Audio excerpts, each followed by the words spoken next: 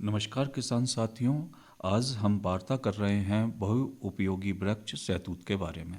शहतूत एक बहुउद्देशीय फलदार वृक्ष है जो कई प्रकार के उपयोगों के लिए जाना जाता है। इसका वानस्पतिक नाम मोरस एल्वा है जो कि मोरेसी कुल का फल वृक्ष है। शहतूत को संस्कृत में तूत, मराठी में तूती, तुर्की भाषा में दूध कहते हैं। यह न केवल पोषण और औषधीय गुणों से भरपूर है बल्कि पर्यावरणीय और व्यावसायिक दृष्टि से भी महत्वपूर्ण है। इसका वृक्ष छोटे से लेकर मध्यम आकार अर्थात 10 से 20 सेंटीमीटर ऊंचा होता है और तेजी से बढ़ता है।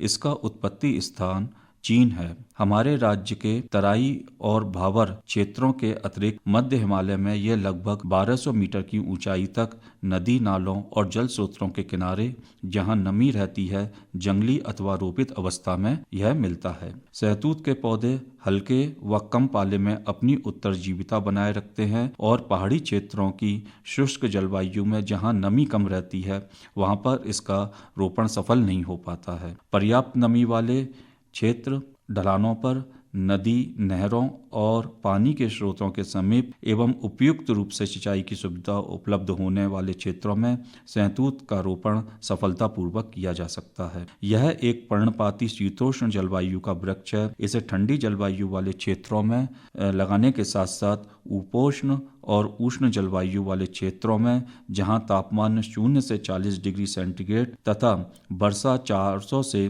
4500 मिलीमीटर वाले क्षेत्रों में आसानी से उगाया जा सकता है। इसके पौधों की यह विशेषता होती है कि इसके पौधों की वृद्धि के लिए सूर्य के प्रकाश की अधिक आवश्यकता नहीं होती।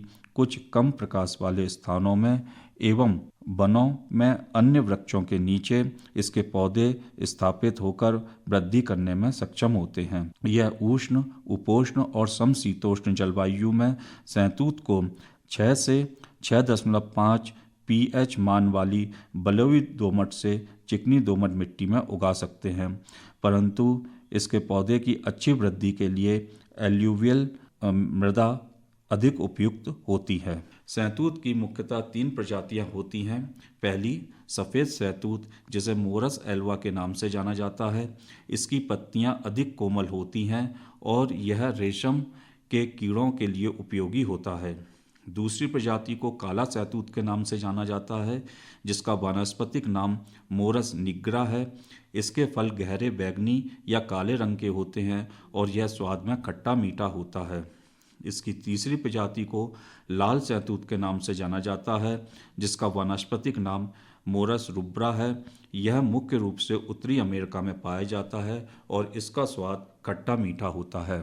शहतूत के फल पोषक तत्वों से भरपूर होते हैं। इसमें विटामिन सी, विटामिन के, आयरन, कैल्शियम, पोटेशियम, रेशा तथा एंटीऑक्सीडेंट प्रचुर मात्रा में होते हैं। शहतूत के फलों का सेवन रक्त को साफ करने में मदद करता है तथा इसमें मौजूद फाइबर पाचन तंत्र को स्वस्थ रखता है। इसके फलों में मौजूद फ्लेवोनॉइड्स हृदय को स्वस्थ बनाए रखने में मदद करते हैं। इसके साथ ही शहतूत के फलों का सेवन डायबिटीज और कोलेस्ट्रॉल को नियंत्रित करने में मददगार होता है। इसकी पत्तियों का उपयोग पारंपरिक आयुर्वेदिक और चीनी चिकित्सा में किया जाता है एवं इसकी छाल पेट साफ करने में एवं पेट के कीड़े को मारने की दवा बनाने में एवं विभिन्न त्वचा रोगों और सूजन को कम करने वाली दवाई बनाने में किया जाता है। शहतूत के फलों का उपयोग जैम, जूस, शरबत और वाइन बनाने में भी किया जाता है। शहतूत के फलों को सुखाने के बाद इसका चूर्ण बनाकर भंडारित किया जाता है जो मुर्गियों, बतखों, सुअरों के भोजन में प्रयुक्त किया जाता है। रेशम उद्योग में शहतूत के पत्तों की मांग बनी रहती है जिससे किसान आर्थिक रूप से लाभान्वित होते हैं क्योंकि शहतूत की पत्तियां रेशम के कीड़ों के मुख्य आहार के रूप में उपयोग की जाती हैं। असम के प्रसिद्ध मूंगा सिल्क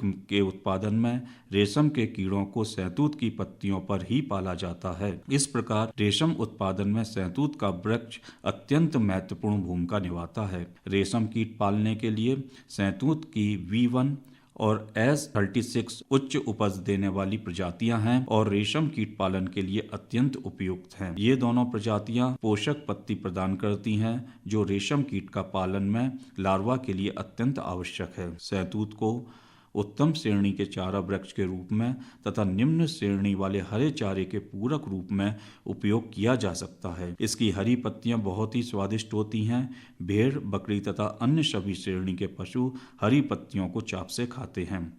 हरे चारे के लिए पत्तियों की छटाई अक्टूबर-नवंबर तथा मई-जून में की जाती है। इस अवधि में 6 से 7 बार इसकी पत्तियों को काटा जा सकता है। इसके 1 एकड़ क्षेत्र से 13 से 22 टन पत्तियां प्राप्त की जा सकती हैं। इस प्रकार एक वृक्ष से वर्ष भर में लगभग 20 से 60 किलोग्राम तक हरी पत्तियों का उत्पादन करने की क्षमता होती है।